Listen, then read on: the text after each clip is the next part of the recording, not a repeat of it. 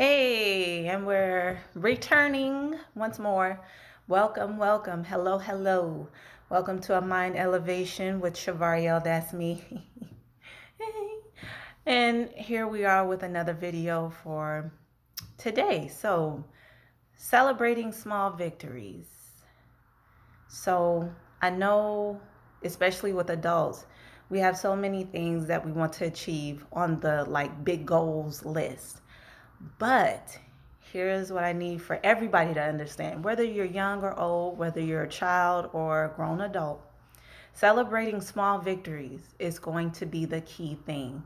So, and you know what that does is that by the time you get to the big victories, you'll already feel like the small victories are like big victories. So, in the sense of when you're celebrating your small victories, you're already going to be used to achieving your goals, and then by the time you get to the big goals that you'll achieve, it'll still feel special, but then you'll have like a more appreciation of the big goals from when you started at the small goals.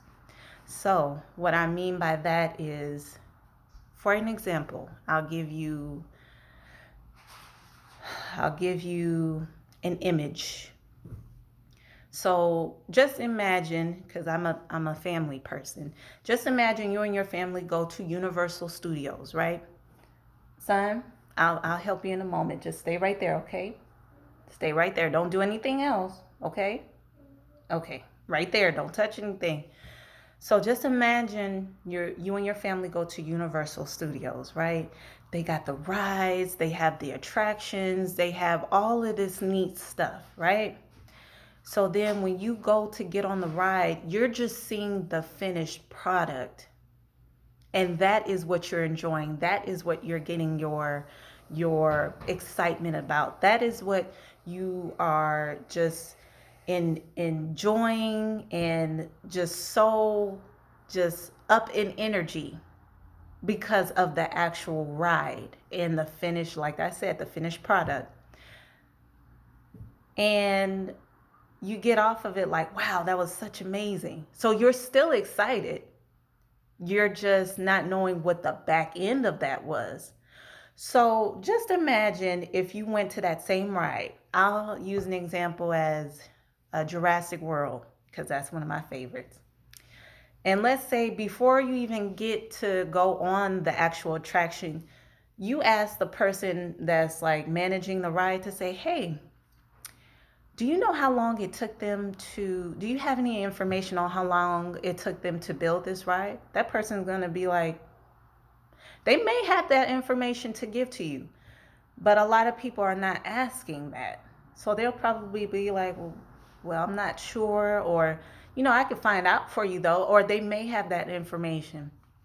And you'll be like, okay, well, do you know how they pieced all this stuff together, especially with the dinosaurs, the Indominus Rex and the T-Rex? Those are huge robotic dinosaurs, and it's almost like they're real. Do you know like the mechanics of it? Do you know like what was their blueprint? What was their like deadline? What was their time frame? And that person's gonna be like, uh, you can Google it, but we don't have that information here. But nobody is going to ask that about your story, though.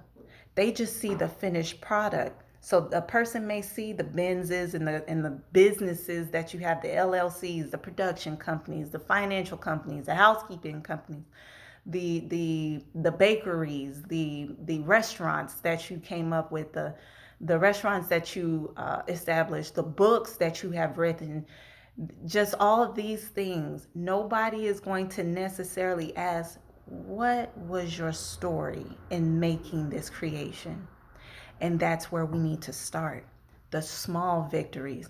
So as amazing as Jurassic World is at the Universal Studios, we don't know what the process was for them to get all that water in that area.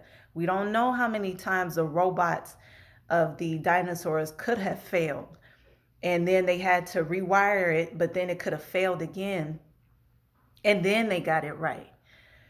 We don't know because nobody is really going to ask that question unless they're doing it for their own research or because they want to start their own theme park. Then they're going to ask those type of questions.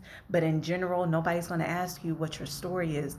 So you have to want to be just as adamant and enthusiastic about your small victories towards your big victories. So, even if it's just an idea that you write it down. That's a small victory. Even if it is cutting out a certain food from your diet, that's good. Write it down and then keep progressing to what you want to do with your diet.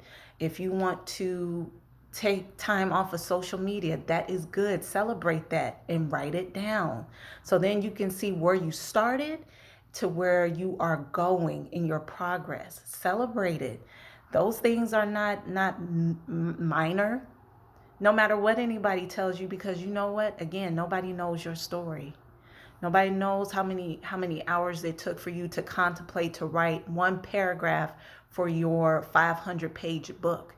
Nobody knows what it took you to how many hours of studying it took you to to really get down into the word of God.